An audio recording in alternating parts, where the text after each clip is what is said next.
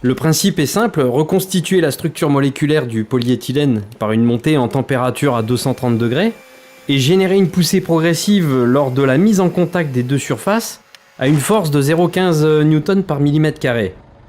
Pour ce faire, on positionne les tubes dans la machine, on les aligne, on les bride afin de fixer les deux tubes dans un châssis. La machine est munie de deux vérins hydrauliques qui génèrent une translation. La poussée de ces vérins permet de réaliser la mise en contact entre les deux tubes. Et donc en premier temps, on met en place un rabot pour obtenir deux surfaces parfaitement parallèles. Après cette opération, on écarte les tubes par le système hydraulique, on ôte le rabot, on vérifie l'alignement et l'on veille à ce qu'il n'y ait pas de poussière ou de corps étranger entre les deux. On met en place le miroir chauffant, c'est une plaque en aluminium munie d'une résistance électrique avec un revêtement téflon qui évite toute adhérence entre la plaque et la matière polyéthylène. La matière est chauffée à 230 degrés.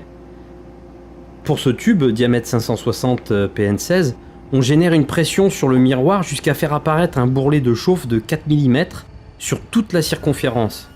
Puis on fait chuter cette pression à pour ainsi dire zéro, afin d'obtenir un rayonnement et un échange thermique dans la matière. On assiste alors à un ramollissement de la matière sur quelques millimètres de profondeur, pendant une durée de 8 minutes dans le cas présent. Ensuite, dans un délai maximum de 10 secondes pour éviter un choc thermique, on éjecte le miroir et on rapproche les deux tubes. Au contact, on remonte la pression très progressivement jusqu'à 0,15 Nm². Pour ce tube, la pression hydraulique correspond à 60 bars, afin de générer cette polyfusion. On laisse enfin refroidir la soudure pour que la canalisation puisse retrouver ses propriétés mécaniques. Un temps de refroidissement de 50 minutes est nécessaire pour un tube de ce diamètre et de cette épaisseur. Ce process garantit une conduite monobloc sans point dur ni point faible. Dans ces conditions, la conduite est totalement stable sur une longueur indéfinie, ce qui nous permet d'exploiter toutes les capacités physiques et chimiques du polyéthylène, comme la résistance à la traction, les rayons de courbure et le transport de fluide agressif par l'absence de joints caoutchouc.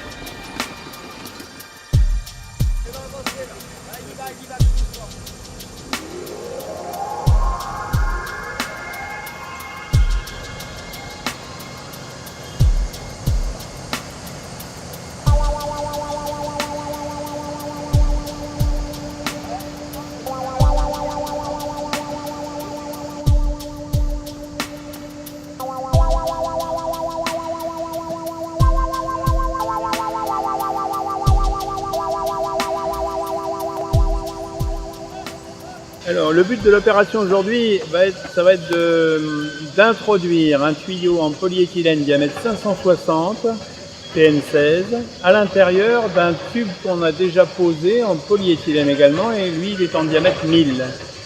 C'est sur une longueur grosso modo de 100 mètres.